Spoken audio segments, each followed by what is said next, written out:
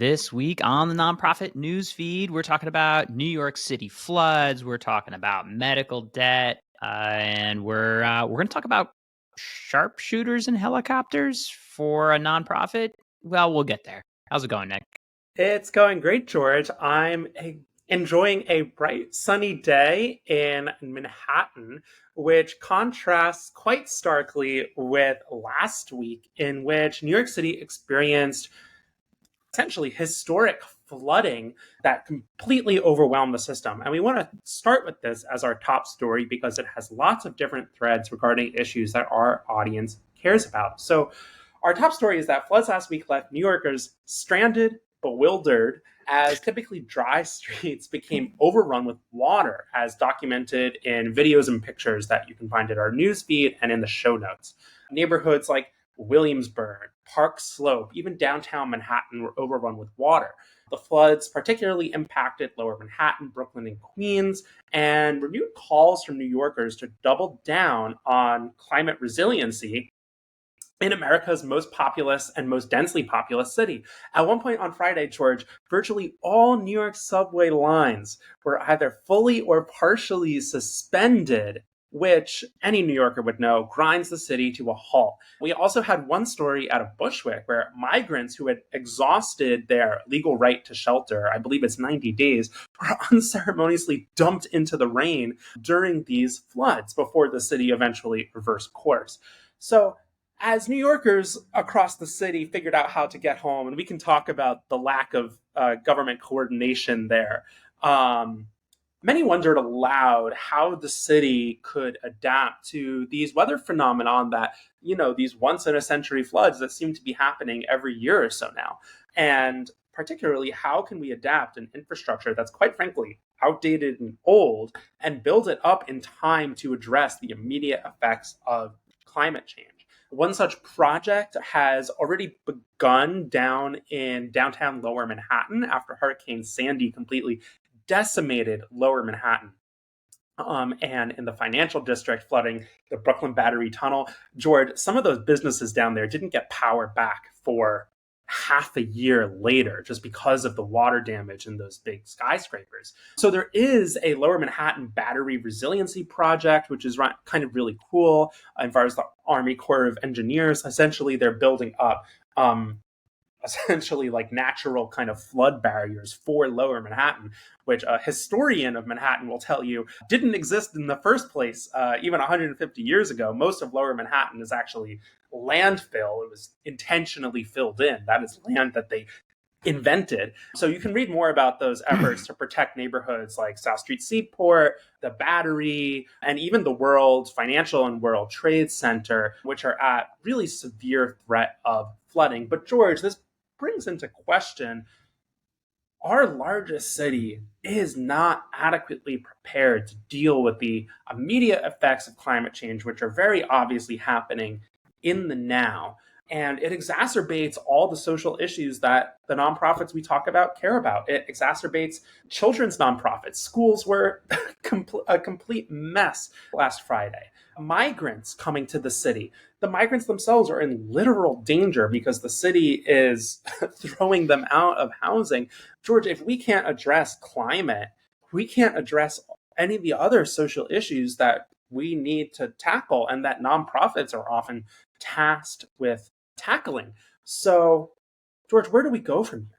Yeah, I mean, this is the intersection of social justice and the environmental movement in plain sight. I think one of the things that was so pronounced to me was I was there in New York for Sandy. And literally, like, I remember that I happened to be on high ground in Brooklyn, and my house became a place where other people who weren't on high ground, meaning floodplains, were coming to hang out in my tiny apartment in in Brooklyn.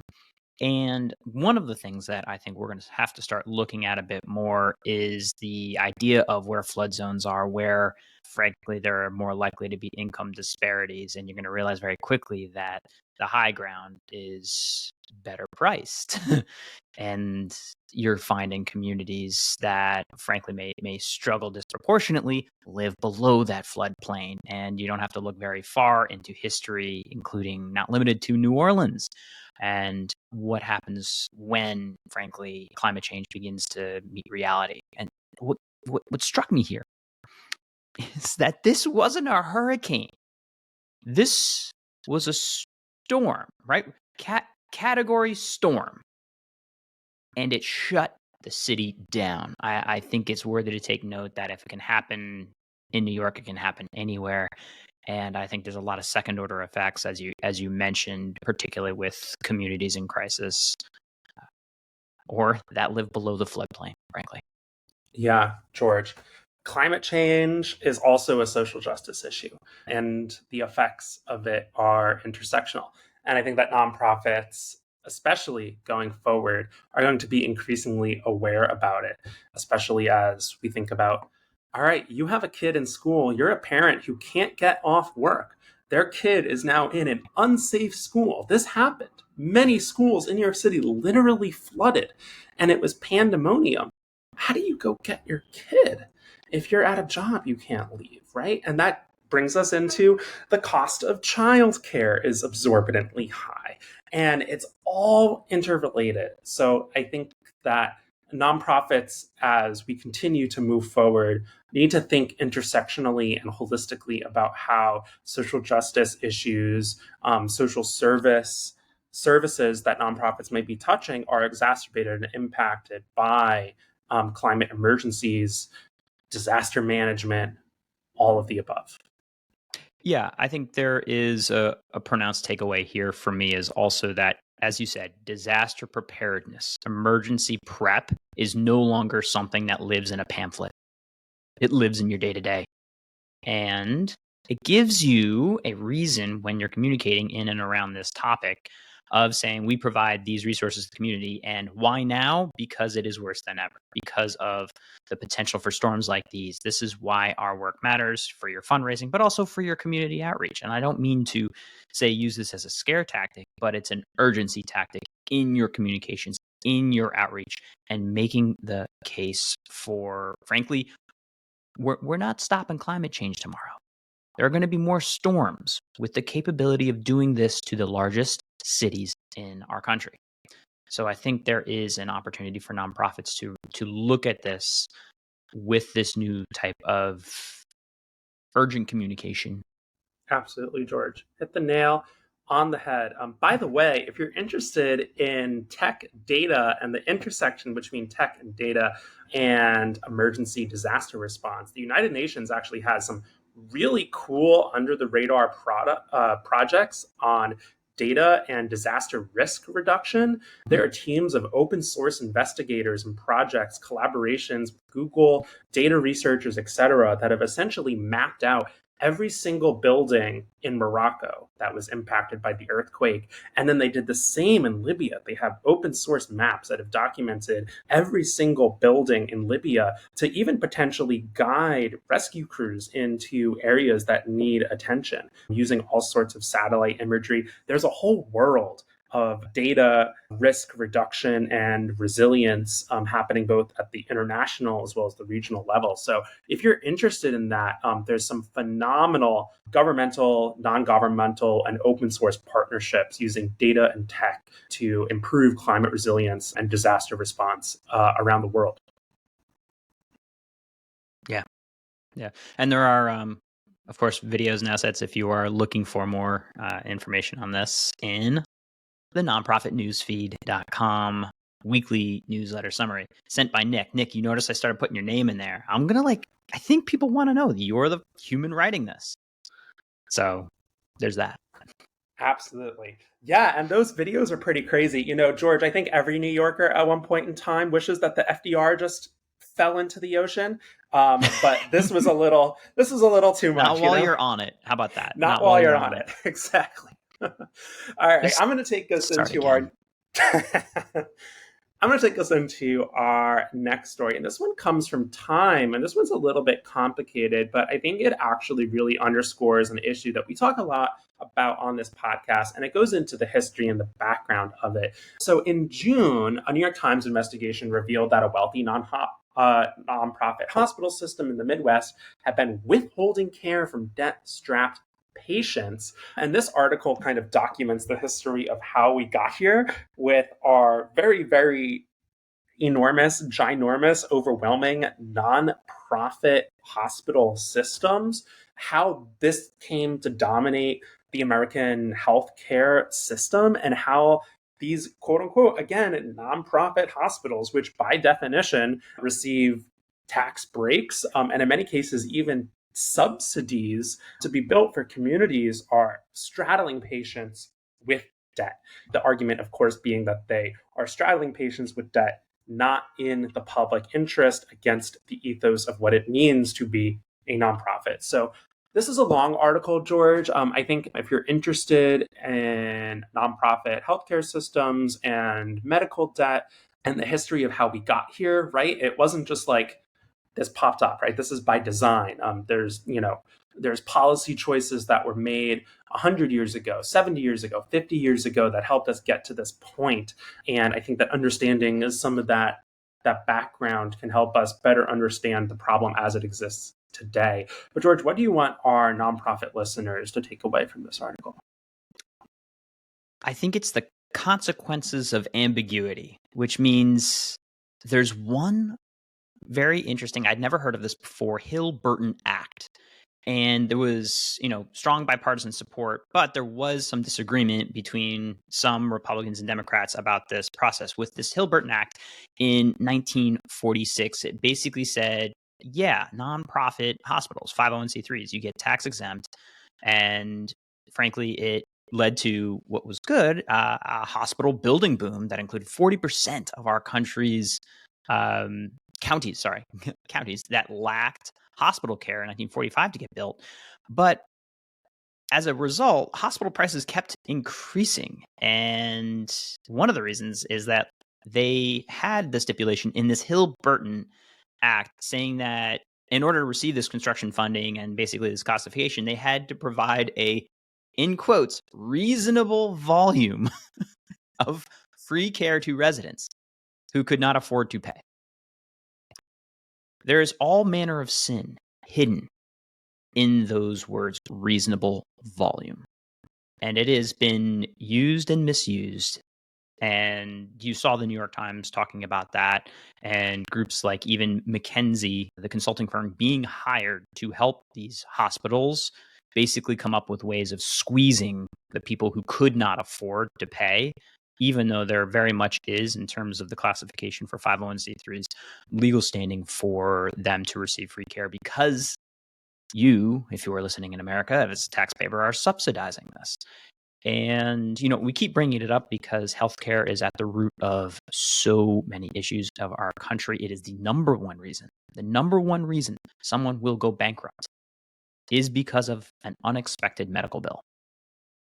And frankly, I think there's a lot to unpack and pay attention to if you're looking at policies and how things are worded, because I was just blown away by those two words and the second order effects of what it has caused to healthcare in our country and access for low-income people.